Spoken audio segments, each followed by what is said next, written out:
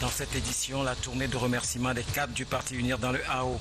Ils ont exprimé leur gratitude aux populations suite à la victoire du parti en avril dernier lors de la présidentielle.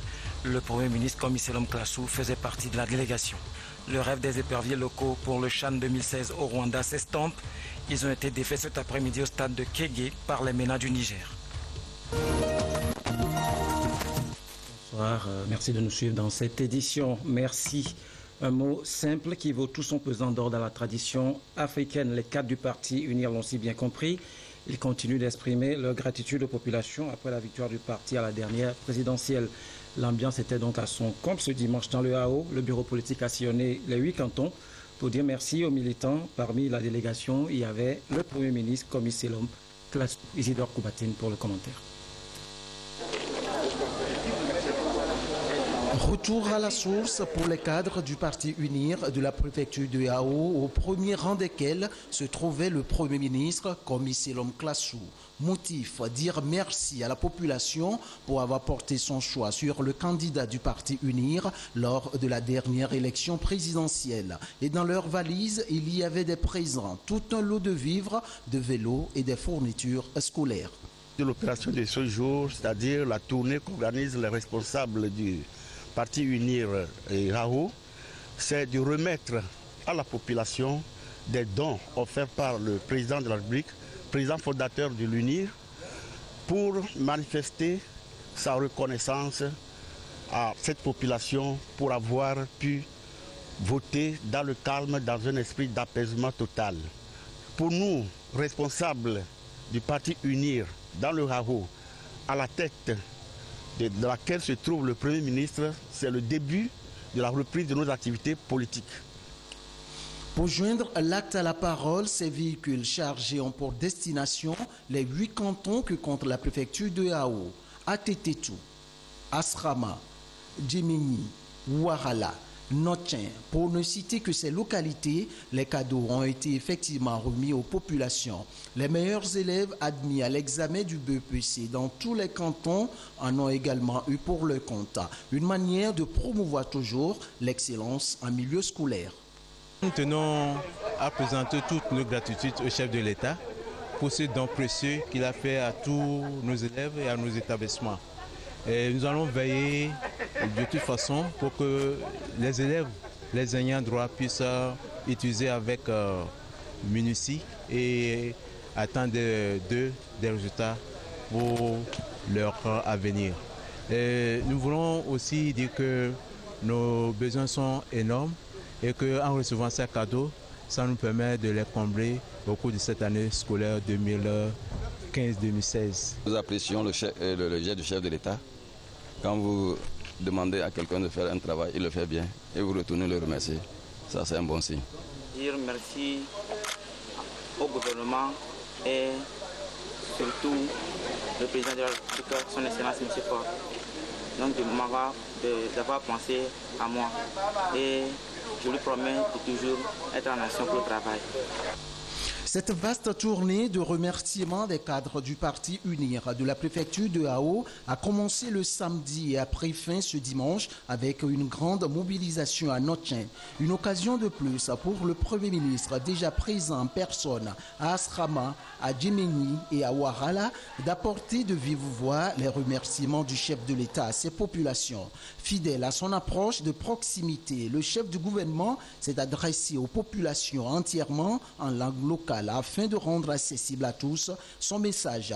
Dans toutes les localités qui ont reçu la visite des cadres de l'UNIR, la concrétisation des promesses de campagne est visible. Électrification, accès à l'eau potable aux populations, aménagement et construction de routes, construction des infrastructures sociaux de base, des réalisations qui, selon le Premier ministre, vont s'étendre dans toutes les localités de la préfecture de Yao et dans les zones reculées du Togo. Un message rassurant qui a connu l'adhésion totale de la population présente sur place.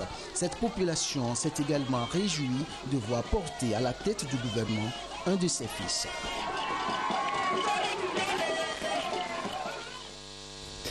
Et pendant ce temps, le ministre de l'administration territoriale multiplie les contacts avec les préfets et chefs traditionnels du pays. Le message est le même, assainir les rouages de la chefferie traditionnelle en mettant fin aux litiges liés à la succession. L'étape de Kara, Nestor Moussou. Préfets, secrétaires généraux de préfecture et de mairie, chefs traditionnels. Ce sont les groupes cibles que le ministre de l'administration territoriale, de la décentralisation et des collectivités locales a rencontrés au Palais des Congrès pour le compte de la région de la Kara. Une rencontre de prise de contact entre lui et ses autorités locales. À ce rendez-vous, il a été débattu de nombreux problèmes. Au premier rang de ceux-ci figurent les sujets liés à la chefferie traditionnelle. Au Togo, il existe deux modes de désignation du chef traditionnel. Soit le chef hérite du trône, donc désignation par voie coutumière, soit il est élu. Mais quelquefois, des malentendus surgissent entraînant de profondes crises. Il sera mis en place bientôt des conseils préfectoraux, régionaux et un conseil national de la chefferie traditionnelle pour essayer d'agir en amont afin d'assainir la désignation des chefs.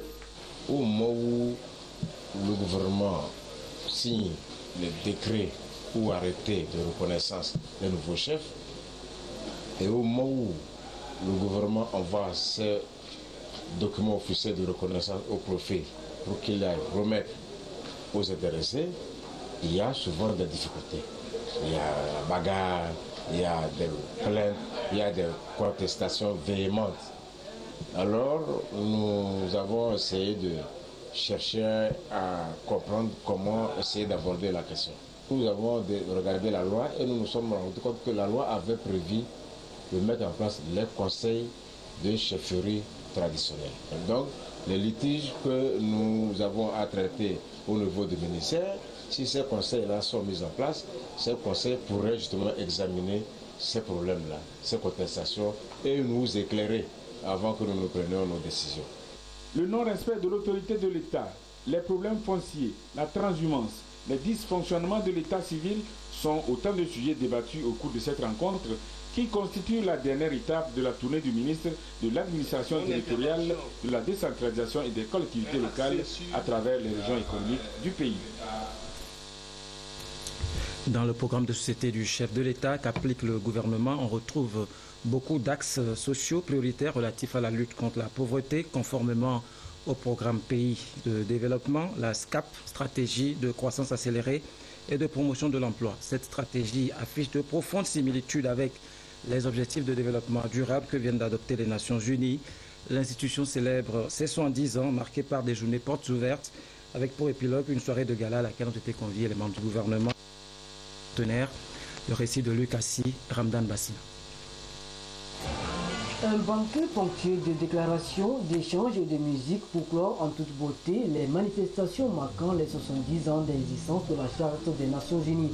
70 ans au cours desquels les peuples du monde entier ont mutualisé leurs énergies pour relever les défis qui jalonnent leur existence, même si de nouvelles crises surgissent et méritent plus d'actions communes pour les surmonter. Le bilan des engagements des Nations Unies sur la planète est à saluer.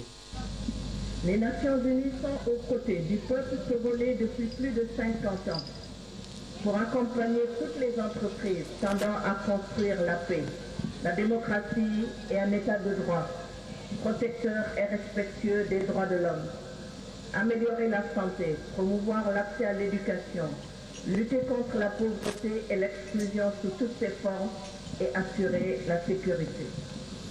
Les progrès réalisés dans ces différents domaines sont indéniables et il serait long de les citer. La tenue apaisée de l'élection présidentielle d'avril 2015 constitue une étape charnière sur ce vaste chantier des réformes, à la fois économiques, politiques et institutionnelles, qui sont appelées à se poursuivre. Le système des Nations Unies au Togo est plus que jamais déterminé à travailler avec tous les partenaires pour mieux soutenir les efforts nationaux de développement, particulièrement ceux visant un impact sur les conditions de vie des populations les plus marginalisées, les plus défavorisées. Ces préoccupations qui font surface aujourd'hui sont au centre du nouveau programme de développement durable pour l'après 2015 articulé autour de 17 points et adopté par 153 pays dans le Togo. La participation active du Togo, marquée par la présence du chef de l'État à l'élaboration de cet agenda qui déterminera la marche mondiale à suivre, a été saluée ici par la coordinatrice du système des Nations Unies au Togo. Nous nous réjouissons que le Togo ait non seulement pleinement participé aux négociations internationales concernant cet agenda, mais à travers la présence du chef de l'État, a fait entendre une voix forte à la tribune de l'Assemblée générale. En effet, chaque État aura à faire des choix conformément à ses propres défis de développement. À l'heure où le système des Nations Unies fait face à de nouvelles exigences, le ministre des Affaires étrangères appelle l'ensemble de la communauté à une organisation plus forte et capable de s'adapter aux réalités du XXIe siècle. C'est le lieu de donner un nouveau souffle à l'élan de paix et de solidarité de notre charte, de réfléchir à la manière de fédérer nos énergies pour œuvrer à la construction d'un monde meilleur. Pour y arriver, il faut obligatoirement réformer le Conseil de sécurité de notre nation. Les Nations Unies pour nous est le Conseil de sécurité qui demeure, ce qu'il est jusqu'à ce jour depuis sa création, en dépit d'une première modification, et l'absence de l'Afrique au sein de ce Conseil est une injustice. Et le Togo demande, une fois encore, et de manière urgente, la révision de la charte, permettant à plus d'1 milliard des peuples de notre continent à se faire représenter au sein de ce Conseil par 2 pays ayant droit de veto comme l'a réclamé l'Union africaine et 2 autres pays comme membres non permanents. 70 ans après sa création, l'Organisation des Nations Unies reste plus que jamais engagée à construire un monde de paix, de sécurité et de développement. Elle réaffirme sa disponibilité à œuvrer pour un monde plus solidaire face aux défis de l'heure.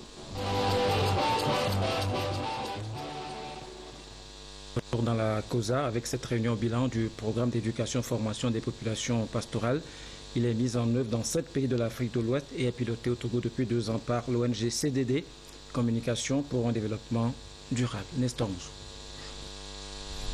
Du fait de leur mobilité due à la nature de leurs activités, les transhumants, dans leur grande majorité, restent en marge des systèmes éducatifs formels.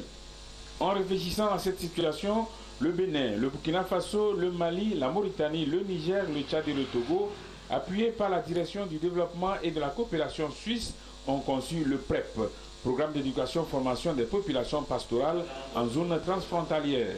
À l'issue de 2 ans de mise en œuvre, le premier groupe d'apprenants 2014-2015 du PREP de la zone transfrontalière BBT, Bénin, Burkina Faso, Togo, a été soumis à une évaluation finale. À cette rencontre de Kara, les parties prenantes du projet se sont retrouvées pour une activité pédagogique. Et le programme, son objectif global, c'est de contribuer à une meilleure intégration sociale, économique, politique, culturelle des populations pastorales dans leur espace de vie, que ce soit sur les terroirs d'attache ou sur les terroirs de transit ou sur les terroirs d'accueil. Il y a lieu d'abord d'alphabétiser la composante adulte de cette population. Donc le public cible de ce programme, ce sont les personnes de 15 ans et plus. Le programme d'éducation-formation des populations pastorales dans la zone BBT est mené au Bénin sous la conduite de l'ONG Potalmen. Au Burkina Faso, il est exécuté par Andal et Pinal. Au Togo, c'est la CDD, Communication pour un développement durable, qui est aux commandes. Pour cet atelier bilan, il serait question de passer en revue les activités qui ont été menées dans les 25 centres qui ont été ouverts dans l'espace Bénin, Burkina, au Togo. De cet atelier bilan, nous allons pouvoir dégager le nombre d'apprenants qui seront admis pour le programme de développement des compétences techniques et professionnelles. Donc les formations techniques pour lesquelles il y a déjà 4 métiers qui ont été validés.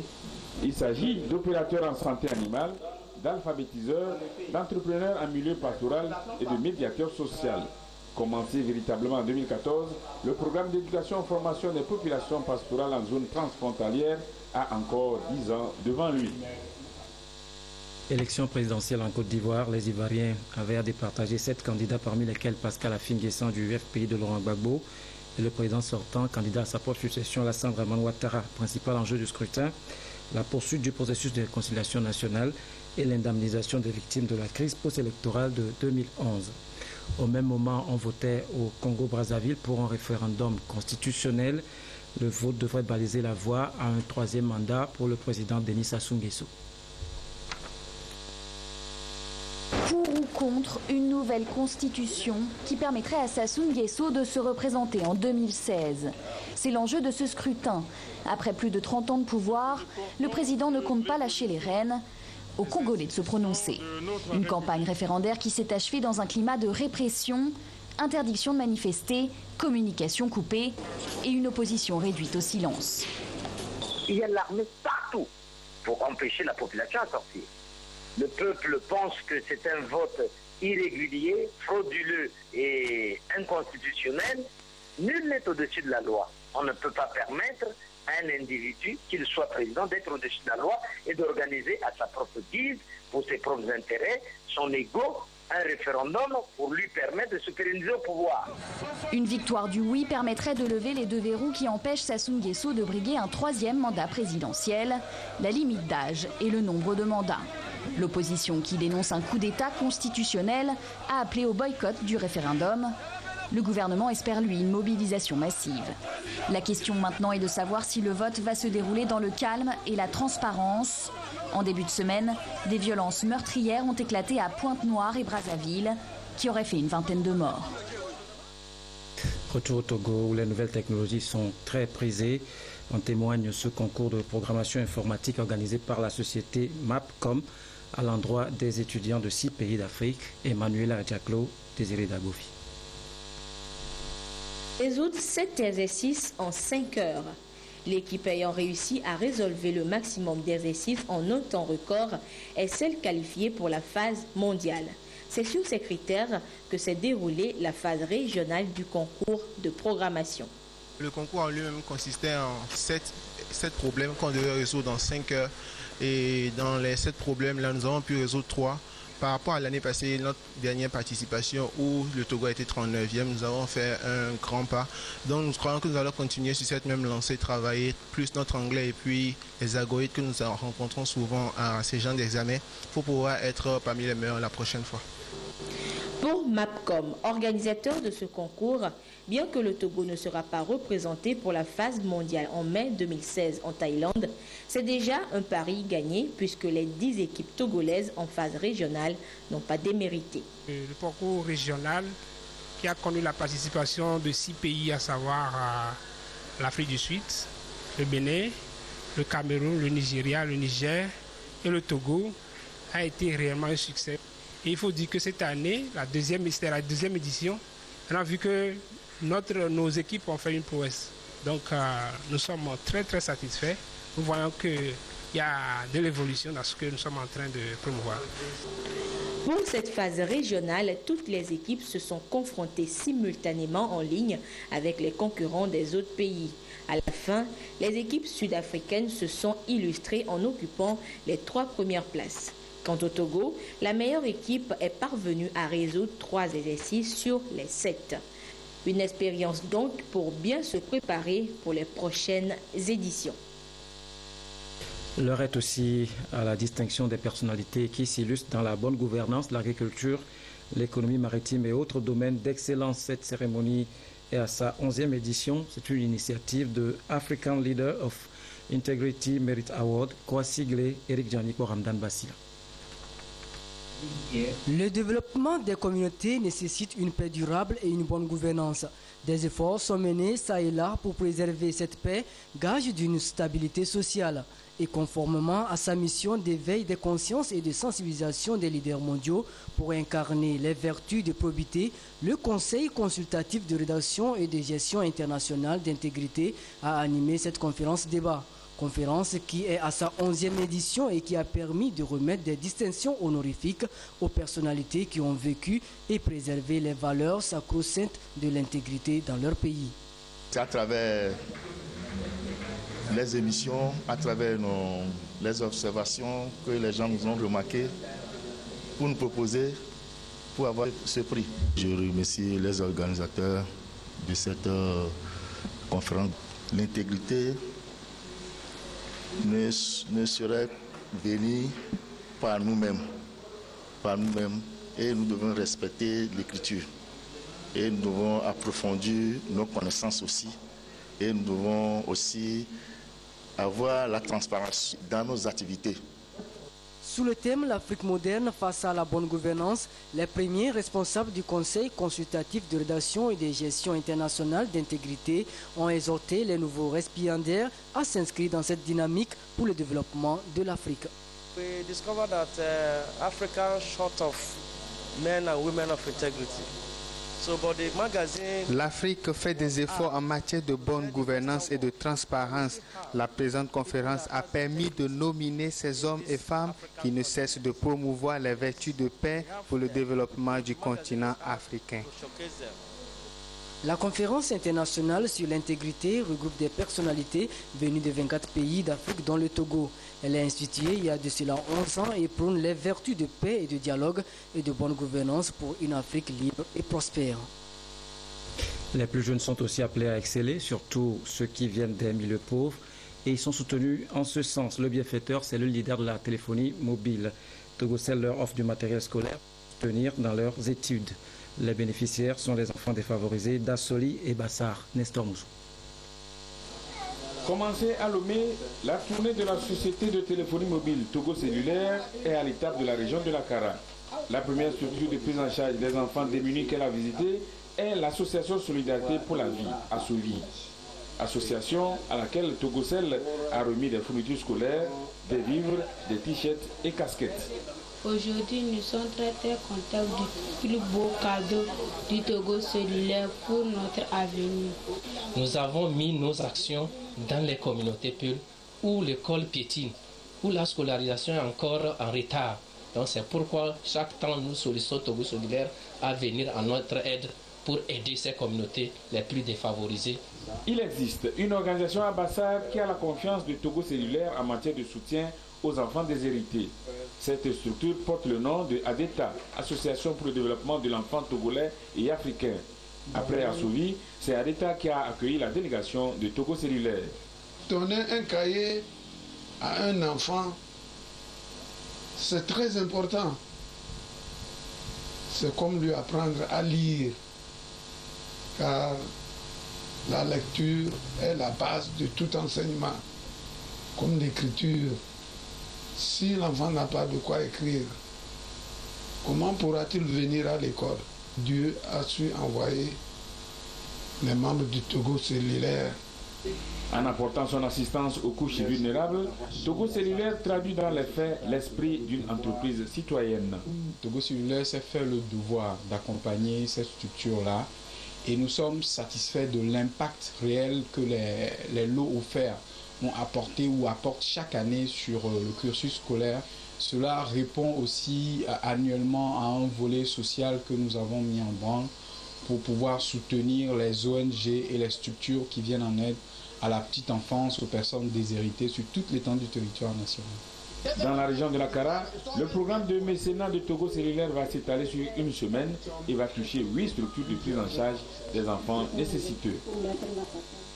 Quasi identique dans la zone minière de Aotoé, la Société nouvelle des phosphates du Togo a volé au secours des élèves nécessiteux de la localité. Luc, Assis, Christine Pétiquin. L'un des volets importants des actions de la Société nouvelle des phosphates du Togo, SNPT. Fidèle à ses engagements, la SNPT va à la rescousse des enfants vulnérables des préfectures des Lacs, Vaud et Zio avec des kits scolaires. Un soutien pour une année scolaire réussie avec les mêmes chances d'accès à une éducation de qualité.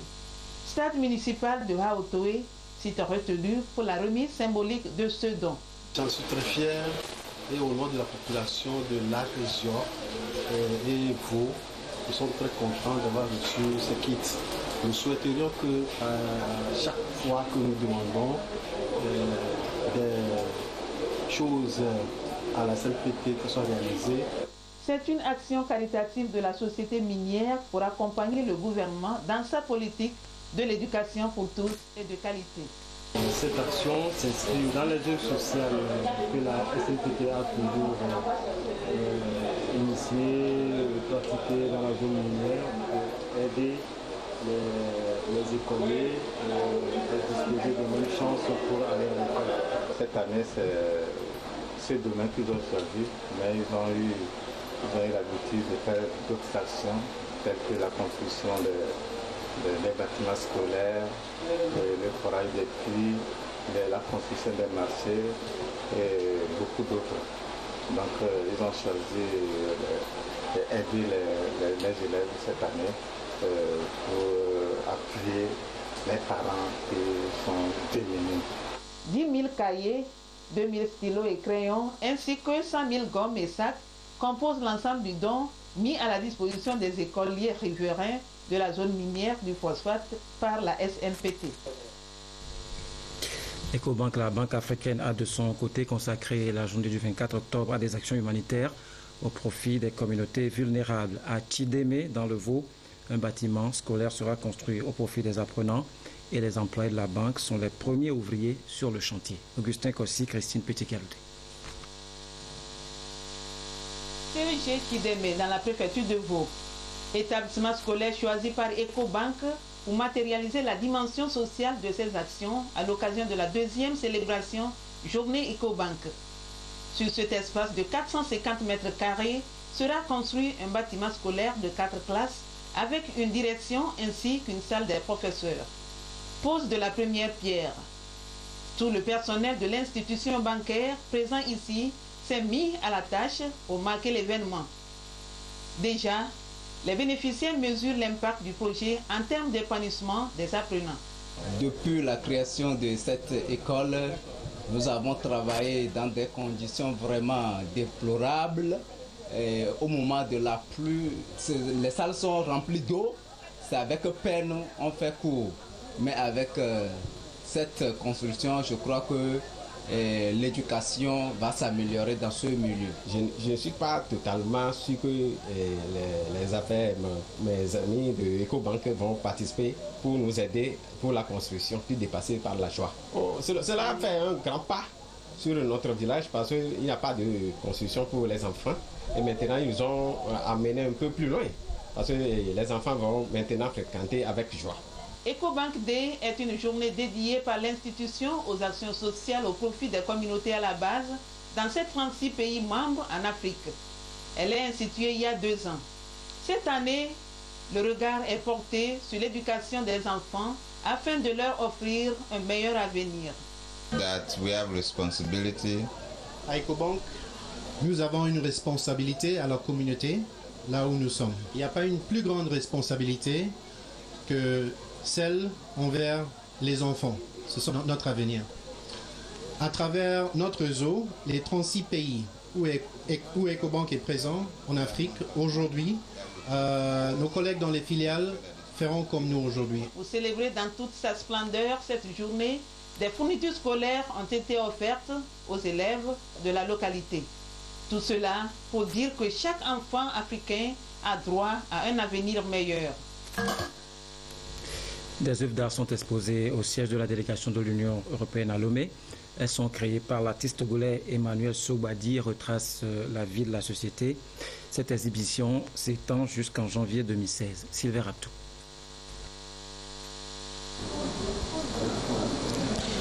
Conçu avec beaucoup d'ingéniosité et d'esprit de créativité, ces chefs-d'œuvre illustrent le talent de l'artiste togolais Emmanuel Sogbadi. À travers cette exposition, l'artiste invite chacun à agir pour un monde en perpétuelle marche. Elle n'est pas physique, elle est beaucoup plus mentale. Elle se passerait dans votre maison. C'est pourquoi on a tout fait pour qu'il n'y ait pas de bras, pour qu'il n'y ait pas d'autres couleurs, parce que c'est une marche qui se passe dans la tête.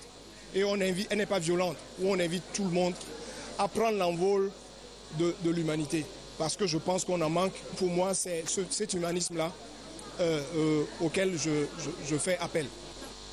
Par son génie créateur, l'auteur veut plonger le public dans un monde imaginaire et il y est visiblement parvenu car les visiteurs sont comblés.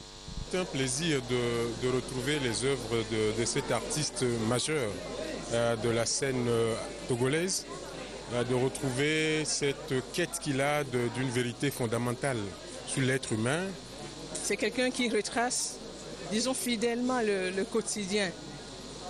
C'est-à-dire que les gestes anodins du quotidien, il les reflète totalement dans ses œuvres. Tout à l'heure, nous venons de découvrir une œuvre qui rassemble en fait l'identité ou l'essence de l'homme. Et ça nous a réellement touchés parce qu'à travers cette œuvre, nous avons vu que nous formons en fait un tout. Il n'y a aucune distinction entre les races. Cette œuvre dénommée La Grève est la résultante de plusieurs années de création plastique. Elles sont exposées ici à la délégation de l'Union européenne qui a prêté le cadre afin de permettre au public de découvrir le savoir-faire et le génie de l'artiste. C'est quelqu'un vraiment qui essaie de briser des frontières et vraiment faire des choses qui puissent toucher à tous les êtres humains, indépendamment de leur couleur de la peau, ou de leur pensée ou de leur nationalité. Donc ça va très bien avec l'esprit de l'Union européenne au Togo. Et dans cet esprit, nous sommes très contents de l'accueillir. Emmanuel Soubadji est un artiste peintre qui a embrassé la carrière avec amour et passion pour apporter sa touche à la promotion de la culture togolaise. Ses œuvres seront exposées ici jusqu'au 21 janvier 2016. Football, le Togo ne sera pas au Rwanda en 2016. Les éperviers locaux ont été éliminés cet après-midi par les MENA du Niger. Un but partout cet après-midi au stade de Kégué à Lomé. Les Nigériens avaient déjà pris le dessus au match aller 2-0. Martin Sandani, Mankopi. Battus à l'aller par 2-0, les éperviers locaux n'ont pas pu convaincre devant leur public cet après-midi face aux MENA du Niger. Dans ce duel sensiblement équilibré, ce sont les Nigériens qui ont été les premiers à donner le ton à la 18e minute par Moussa Issa, qui profite de la maladresse de la défense togolaise pour crucifier le goal Gianni Nguissan. Togo 0, Niger 1. Une minute plus tard, Nyama Akate remet les pendules à l'heure suite à un corner bien brossé de la droite vers la gauche. Togo 1, Niger 1, score à la pause. En seconde partie, les deux formations ne feront pas mieux malgré les multiples occasions de part et d'autre. Et c'est sur ce score d'un but partout que l'arbitre bissau-guinéen met fin à la rencontre. Le Togo est donc éliminé et ne participera pas à la phase finale du CHAN Rwanda 2016. Voilà, merci de nous avoir suivis. C'est la fin de cette édition.